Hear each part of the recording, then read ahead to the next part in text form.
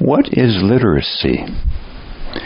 And why do we say somebody is illiterate? Consider the Cherokee Indians who, before a certain gentleman, was it Sequoyah, had no language of a written nature. And in Appalachia of the United States, there's a strong oral component to those both non-Native American and Native American. And thus, were they illiterate? We call them pre-literate, but does that mean they weren't communicating truths? What is literacy then? And why do we say Johnny can't read or write and have a strong negative reaction to that whole idea of reading and writing and literacy? Noting it was said, too, the best way to control black slaves and blacks in general in the past was to prevent them from reading and writing. And others have complained that they did not want to hire certain inner-city black people because their speech was too guttural and other customers couldn't understand it. And I have a book, and I can attest to it in general, that some Kentuckians are ridiculed for certain words they use, and it's also ridiculed sometimes that Southerners in general in the United States have a, quote, Southern drawl. But is all of that thus illiteracy in the sense of not being able to communicate key truths, key premises, key concepts? You might even say empathy and love or understanding. All of these. Are any of these, all of these involving what we call literacy to get best bang for the buck? Or is Grandma's approach, who may not have been able to read very well at all or write, especially in the past, and given raising 6 to 12 children sometimes and no time for such, if she were called illiterate, did that really have an impact on Grandma being Grandma? Maybe it had the opposite plus benefit all too often. Hence, Solomon from the Bible saying we read and write books way too much. In fact, it was so heralded that Sequoyah, if that's the correct name, brought words and thus the printing of the ideas to the Cherokee Nation. And yet, what was this used for? In part to print the Bible, the Christian Bible amongst other things.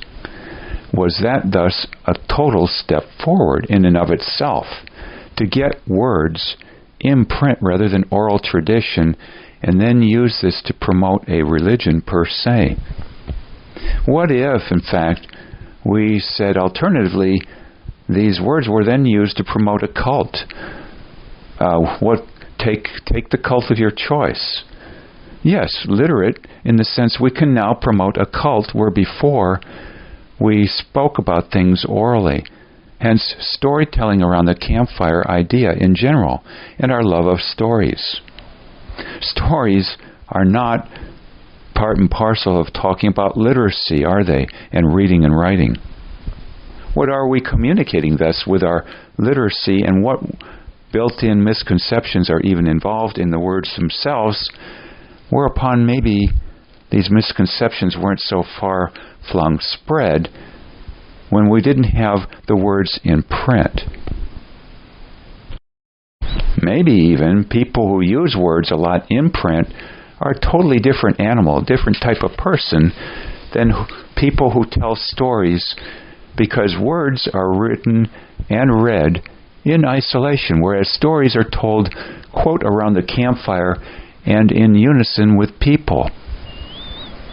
You might analogously say words are a form of mental masturbation, whereas stories, and done in private, whereas stories are a group activity and a relationship amongst people, ideally.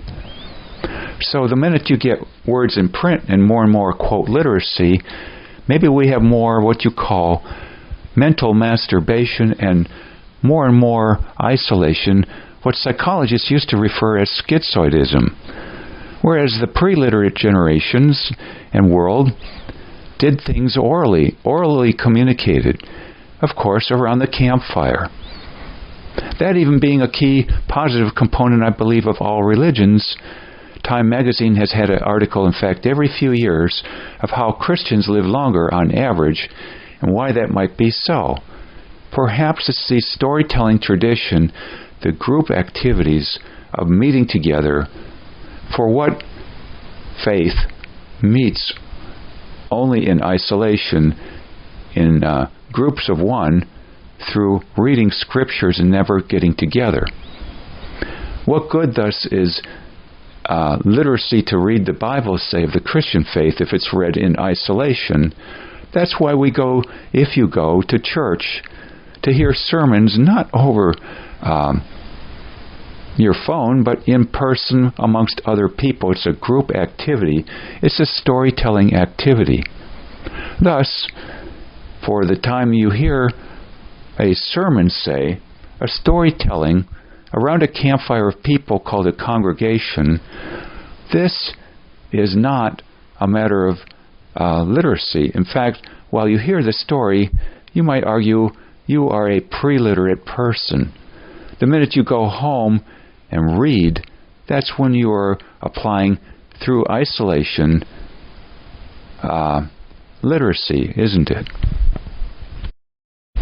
Maybe thus, that's why Schopenhauer, amongst other philosophers, and Solomon, call him a philosopher too from the Bible, talks much of too many words, too many books.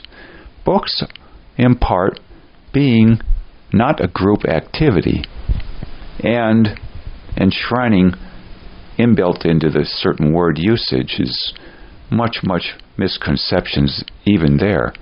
But in my mind today, it's suddenly occurring to me a bifurcation, a difference between the literate approach and the illiterate approach, the storytelling around the campfire approach being whether it is a group activity or what you call even a schizoid alone or masturbation activity. Hence, the concept of sex alone versus sex with someone else. Now, of course, not all sex with someone else being intimate. It may just be mutual masturbation, as Professor Vaknin has talked of in Russia, narcissism and one-night stands. So there's quite a difference even there. You might call it, even in today's age, getting together in a group, as I've observed in college settings amongst others, with some young people. They're together, but they're all looking at their cell phones. Or the group activity of watching TV together as a nuclear family these days, all too often for the consumption of the national average of 5 hours television per day. Yes, sex can be intimate or it can be not intimate. Being together with people can be intimate or not intimate if everybody's watching their own cell phones or everybody's watching TV and not talking about it. Same goes for movies. Movies are watched essentially together but in isolation. Nobody's chit-chatting commentary-wise as the movie is playing.